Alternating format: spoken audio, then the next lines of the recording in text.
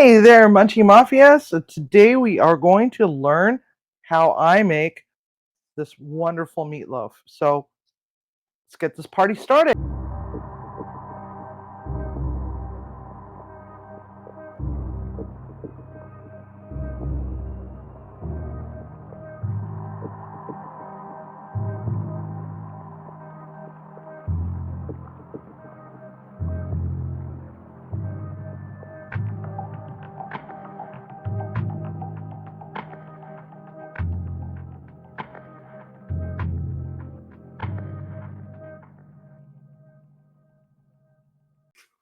All right. So first off, we're going to start off with a couple pounds of ground beef, and I use the 85% for mine. And then we're also going to add Jimmy Dean maple sausage. It's bulk. Um, I just like the flavor of it. It's like one of my favorite things to use. This particular ground pork. So now what we're going to do is we're going to just mix this all up so that it's just easier to mix once we add all the other stuff. And the other stuff that we're going to be adding is onions, carrots, and celery, and mushrooms. Now, if you don't like mushrooms, you don't have to add it. You can also add bell pepper, but I just didn't feel like I wanted bell pepper this time around. Um, I like the flavor that it imparts, but I just wasn't in the mood. So I'm just going to get this all mixed up. It doesn't have to be completely mixed up, just enough to, have the pork and the beef all combined.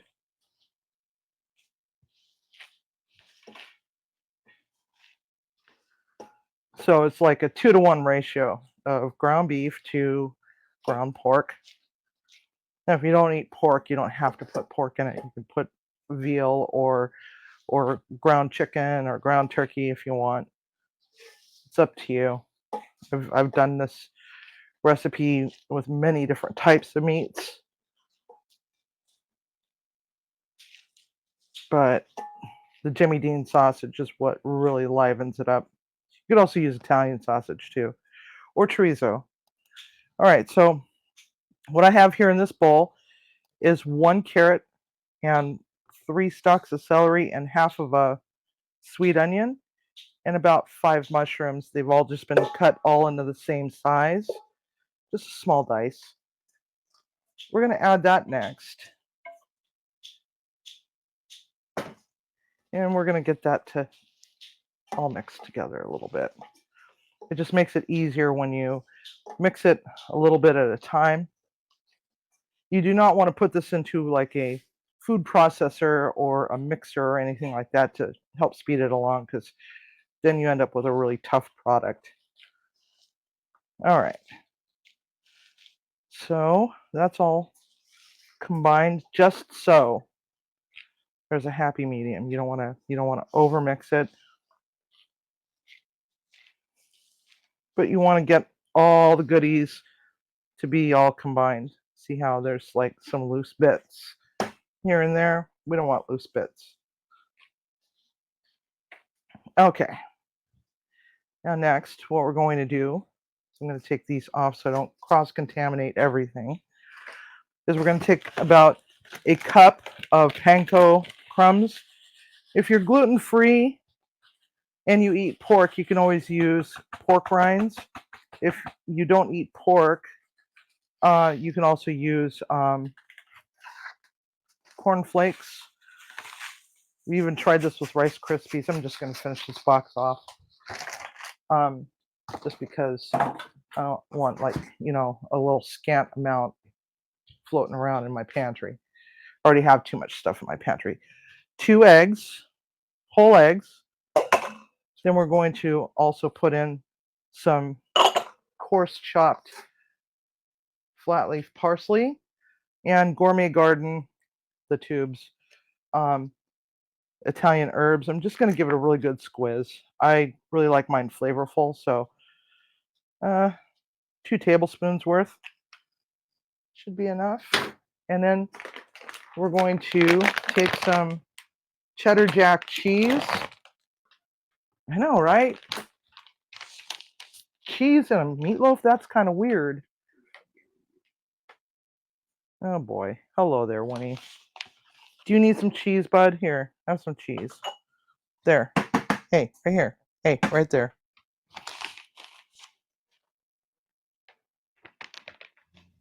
The cheese comes out and he's like, oh, I'm your sous chef again. All right, let me move that out of the way so it's out of the way. We're gonna want to add some salt. It's probably a little too much. About a tablespoon. A little smidge of chili powder, about a teaspoon. Out of paprika, so we're just gonna put a little bit of ancho chili powder, like that much, like half a teaspoon. And while I typically like to make my own barbecue sauce from scratch, we're actually going to put some Sweet Baby Ray's in because we're going for budget friendly here. Everybody can find Sweet Baby Ray's, and this is, for a bottled barbecue sauce, it's one of the best ones, I think. Um, let's see here. And of course, I smoked some garlic a while back. I don't remember which video it was in, but it's in there somewhere. I think it was when I was smoking a whole bunch of random stuff. So we're going to get a bunch of garlic cloves. And we're going to just crush it and add it to our meatloaf. So let's get the garlic crusher. I'll set that right there for right now. Peel them all off. And so the fall is upon us now. It's been getting cold and dark and dismal lately. And my cat is being a pain in my butt. He's an old guy. He's very old, so he looks very fragile. He's just plugging along. We're waiting for him to, tell us when it's time to go. We're firm believers in, not allowing our animals to suffer. He's still doing quite well. But anyway, moving right along. Stick our other garlic in there. There's about 6 garlic cloves. If you have a smoker, I highly recommend smoking garlic. And if you just leave them whole, you can just put them into a baggie after they've thoroughly cooled off, and then just store the baggie in the freezer. And then just take out a bulb of garlic as you need it, and it works great. Okay, so now I got a bunch of sticky mess all over me. All right, there's that. Put that in the dirty. Secret ingredient: 1 packet of Lipton onion soup mix. It's always been an ingredient of mine and that I've always enjoyed in my meatloaf. It's a great way to season meat, like ground meat. Get off the stove! My God. Yeah, you get down from there. No, you're not getting up here either. Um, did we not feed them? We already fed them. Okay. He's acting like he's starving to death. He's not. All right. Now we got all of our ingredients put together. And now we're going to do one final little mix up and get all those glorious ingredients all thoroughly combined. Spin the bowl around. Bring the outside in. while pushing the middle out. And it really smells really delicious. I can already smell those herbs and that garlic. Uh-oh. And a little hint of that sweet baby Ray's. Now this, for a pair of empty nesters, will last us about 3 meals. Or not 3 meals, about a week. 4 meals. Maybe more. And we're going to use these Pyrex bread loaf pans. We're going to press it in there. Whoops. And there we have it. Now it's all thoroughly combined. And we have our oven preheated to 425 degrees. Just flip it upside down, see if everything is combined for real. And there's our oven. All right. Next, we're going to get our loaf pans. And we don't have to grease them or anything like that.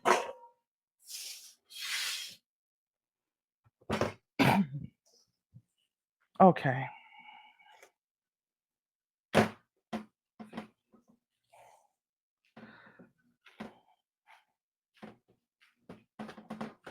You don't want to go all the way up to the top because they're going to create a lot of grease. But you want to make sure that they are packed in there nice and tight. Go up about 3/4 of the way, just like so.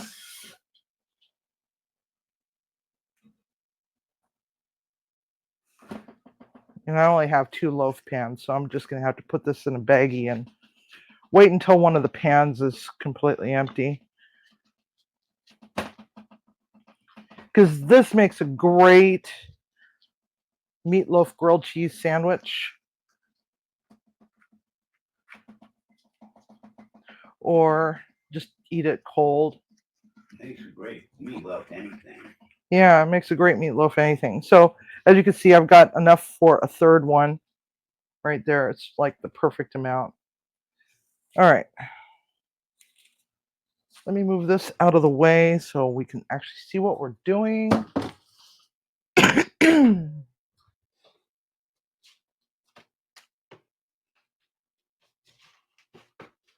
Another pair of gloves because I go through a lot of gloves. Now, a lot of people say, well, what about the meatloaf sauce? Well, I don't care much for the traditional meatloaf sauce. I had a huge debate over meatloaf sauces with my buddy Chef Gil the other day, and I'm like, that's not how I make it.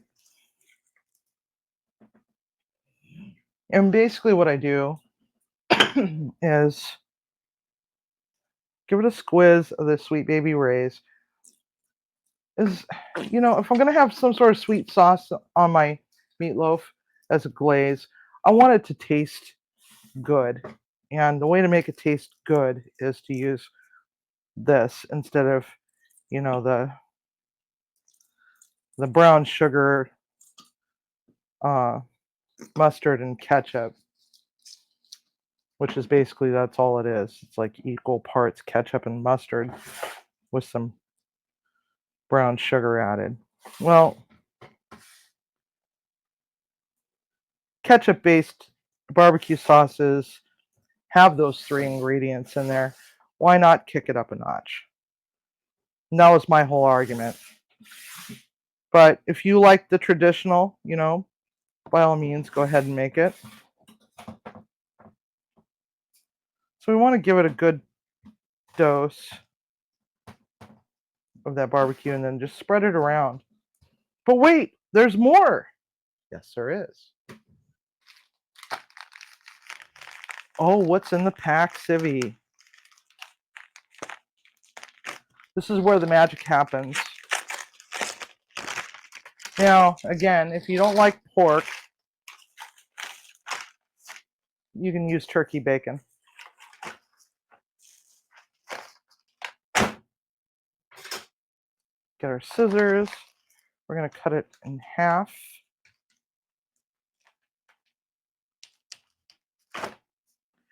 And then we're going to just take the bacon and we're going to lay it over the top. I know, right? I know what you're thinking. Oh my God, bacon topped meatloaf? Well, why not? There's bacon wrapped meatloaf. Basically the same thing. Only different. If you really want to get fancy, you could lattice top it and then lay it over the top.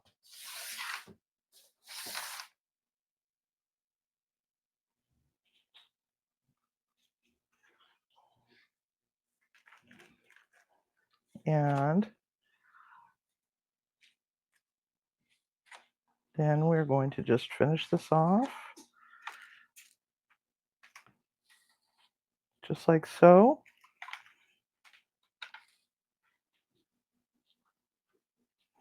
Now, a lot of people say bacon on top of a meatloaf. That sounds weird.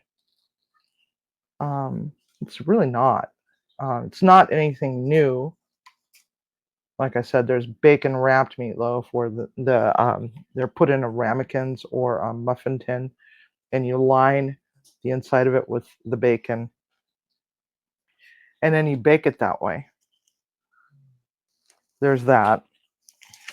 It's not new. Of course, because we have to have a little bit more of that Sweet Baby Ray's, because this is nice little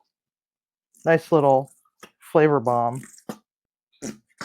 Oh my gosh. I think I'm out. All right.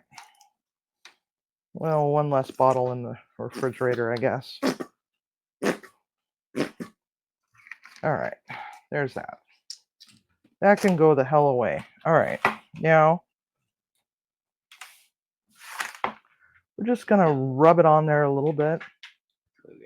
I know. He's being a menace.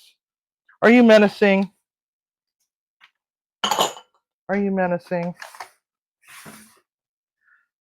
We door dashed last night, and I had a macho burrito from one of our favorite Mexican restaurants, and he was like trying desperately to eat all the shredded beef out of my macho burrito. Okay, let's get these put away. Stay out of that. All right, 2 little lonely pieces of bacon. Don't do it. It's barbecue sauce, you dink. All right, here we have it. Get out of that. I'll have to go to the store and get some more bacon. All right. So now, because of the way that these are filled, we want to make sure that we have something underneath it to catch any drippings that drips out, or else you could start a fire in your oven. And I always keep my crappy pans that I don't like anymore, that I don't use because of whatever reason. I use it to stage my stuff. I use it to put my stuff in the oven, because if I totally thoroughly ruin it, that's fine. I could just pitch it in the garbage, but at least I can get at least one more use out of it. Okay. So into the, oh, crap. Okay, let's see here. Forgot about my cast iron. All right. Pop that in there at 425. Put this back under there and try to melt off some of that stuff. For about an hour. We're going to check it in about an hour. So we'll be right back.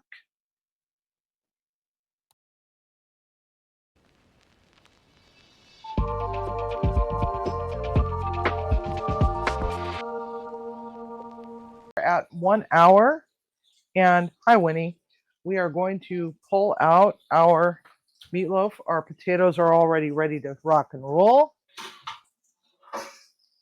And put it on our cast iron trivet.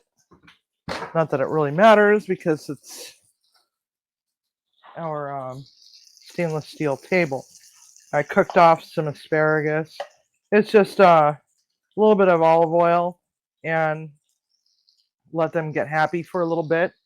And then give it a little bit of salt and pepper, and then throw a knob of cold butter in there, and then let the magic happen. So let's put that down. Actually, I went the wrong direction.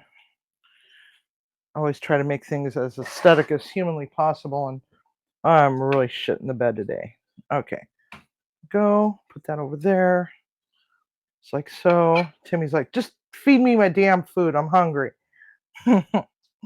So, let's see here. Now we need a spatty spat, and hope and pray that when he doesn't get up there. You want a 1 or a 2? Okay, that would be a 2. All right. So there's going to be a lot of grease in here. Now, what you could do is reserve that grease and make a hamburger gravy, and take a little bit of your meatloaf, crumble it all up, and make SOS gravy for breakfast. It's really freaking amazing. All right, so now we're going to just set this down right there like so. Put his bacon back on there. And I only want a 1 finger, so there we go. But look at that. Isn't that gorgeous? Let it drain a little bit, and then go from there. And that is meatloaf. I'm actually going to lay mine down because I'm a walking disaster area. So let's see here. Now, of course, I had to make a total mess of everything. So let me clean off my plate real quick, because you just got to have a nice clean plate to show off this beautiful meatloaf. Just kind of stick that bacon right on top. Yes, I know I go through a lot of paper towels, but you know, we are a pet friendly household. So if I used one of my plating cloths, we would have a little bit of Dory, a little bit of Cindy, a little bit of Rufus, a little bit of Leroy, and probably a little bit of Winston all over the plate. Okay, now I'm just going to deck mine out because Timmy has a special way that he does his potatoes. So sour cream. Let me scoot this over. See if I can do this without burning myself. That was a 425-degree oven. All right, put that right there. And I have a special way of doing mine too. Now, gotta have lots of cheese. Even though I'm lactose intolerant, I gotta have cheese. And don't judge me, bacon bits.